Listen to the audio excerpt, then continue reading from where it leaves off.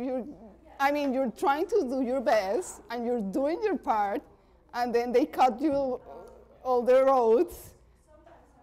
Sometimes it's really discouraging, right? Jeanette Guarin was a civil engineer back in Colombia. She immigrated to Canada with her family 14 years ago and has been trying to improve her English enough to upgrade her credentials, but feels like the government is holding her back. They want you to have kids, they want you to be professional, they want you to have a certain level of English. So why? Why they want professionals if they want you to keep you serving or washing dishes? So it doesn't make sense. Jeanette is one of many immigrants feeling left behind with the federal cuts, especially since the province has failed to step in. Other provinces have provided their own funding, including Ontario, Quebec, and Alberta.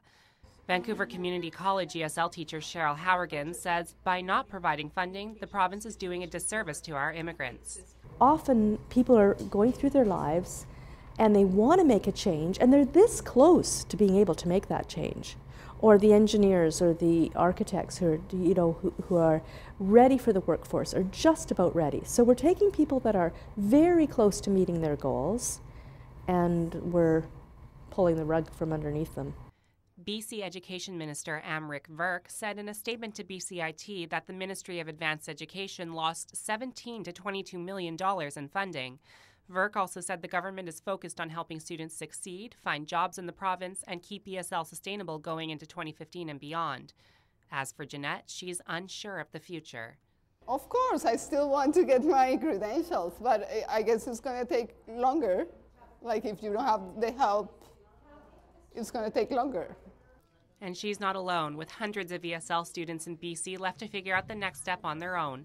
Lauren Sundstrom in Vancouver for BCIT Magazine.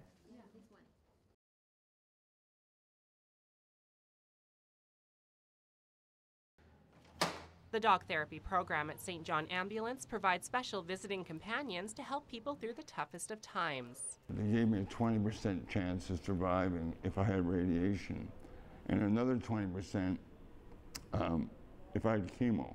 Just ask Daniel St. Andrews, a throat cancer survivor. He says visits with the therapy dogs helped him through his treatment. Cancer patients go through a lot of emotional ups and downs.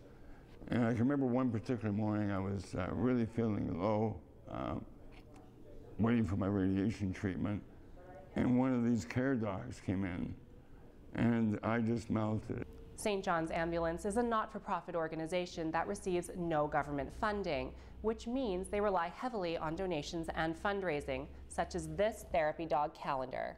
The calendars feature pictures of real therapy dogs from across BC and cost $15. Renee Bernstein says the money raised goes towards more than just the therapy dog program. So we have a school program where we teach first aid to kids, usually K to 7. And we also have a cadet program where we teach leadership skills to young people. So all of these programs are vital to the communities and are going to be funded through donations made through the calendar. And for Daniel, the dogs have had a lasting impact. You know, they just put that smile on your face and that sparkle back in your eye. And I mean, I love dogs. I always have loved dogs, but I love them a lot more now. Lauren Sundstrom in Vancouver for BCIT Magazine. I'm hoping he'll close his eyes.